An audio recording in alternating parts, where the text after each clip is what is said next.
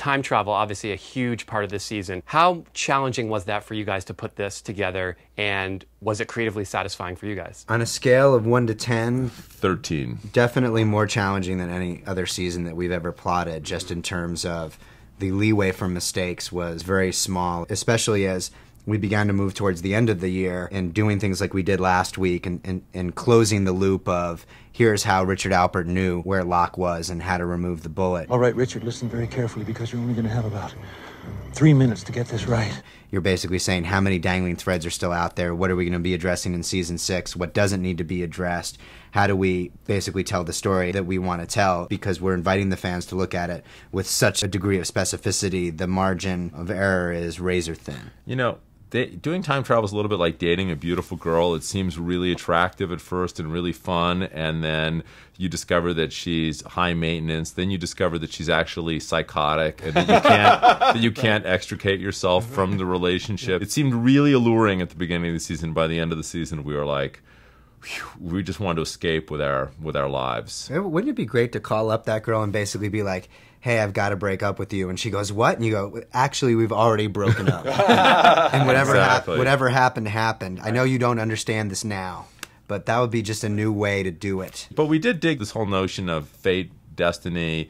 You know, can you change the future? You know, how much of their lives is preordained? The big question the audience should have going into the final season of the show is what, you know, is the destiny of these characters, and the degree to which that destiny feels preordained is something that we wanted to explore. There's a big theme in the show that I've always really enjoyed is this whole idea of redemption.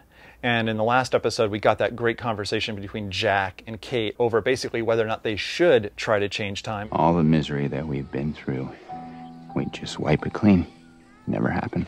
It was not all misery. And the thing that kind of opened my eyes in that conversation was that if Jack changes the past, it really eliminates a lot of redemption moments for a lot of characters. Could you maybe talk a little bit about how time travel works into the theme of redemption? It also cleans up a lot of questions that we don't have to answer then, doesn't it? Like Right? There's that, right. They never came to the island in the first place. Yeah. Right. Who cares about the skeletons in the cave? Yeah, Right. What we think was interesting for Jack is that basically he finally accepted, it is my destiny. We have to go back to the island. He accepted what Locke told him. He goes there, and he's being very sort of zen about it. And when Faraday shows up and says, this is what we have to do, we have to erase it, Jack goes, oh, this must be what it is. But it's a cheat. You know, it's almost like saying, I've accepted my destiny, but my destiny is to erase the fact that I ever had a destiny in the first place. So it's this sort of very meta denial that he's engaging in, which is, if I really believe that I had a purpose to serve on the island, the last thing I would do is prevent myself from ever having come here in the first place. But I think that's a little too intellectual for Jack. I mean, I think Jack's just on the level of or like... for Jeff. But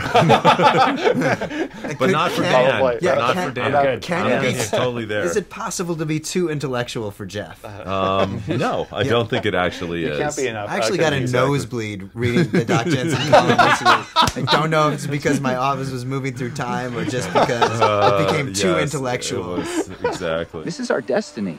Do you know who you sound like? Jack's picked up Faraday's mission, and I think that just on a simple kind of straight line hero narrative level, he feels like, okay, this is what he's going to do. He's going to be able to save everybody. He's not quite sure what exactly that's going to mean, but he's going with it. He accepts everything that Faraday says at face value, and it feels right to him. What is it like for you guys in the writer's room, you know, when you're arcing out all these things where if you look at a certain plot and it's like, well, if we do this, that negates all this time travel logic we've just created. Were there times where you were just throwing books against the wall and just punching each other in the face? Books, yes.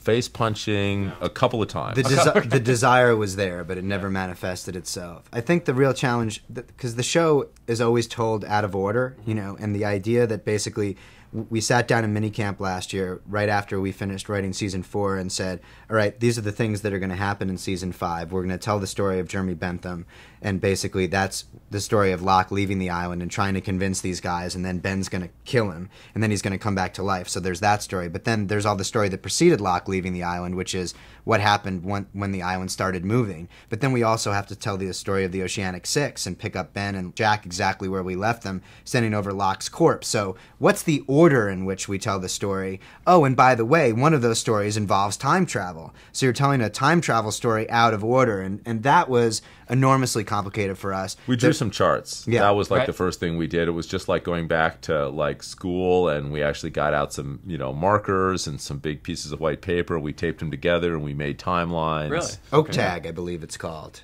Is what the Okay. kids call it. Those big pieces of paper. Oh, oak tag. Okay, well, we took out oak tag and we made a timeline. Right. And amazingly, it actually worked out. I mean, it's like you basically say you're going to take a road trip, but maybe the car is going to break, maybe you get diverted, maybe somebody calls up and says, you got to come home before you get to your destination. None of that actually happened. We actually got exactly where we wanted to go. I mean, there was obviously discovery along the way, but I think we were really happy because we did actually kind of get to where we wanted to end the season, and we feel like, phew, we did the time travel season. Yep. That is the defining characteristic of season 5 of the show. Season 6 will be something different, and we are happy with where it's going to end.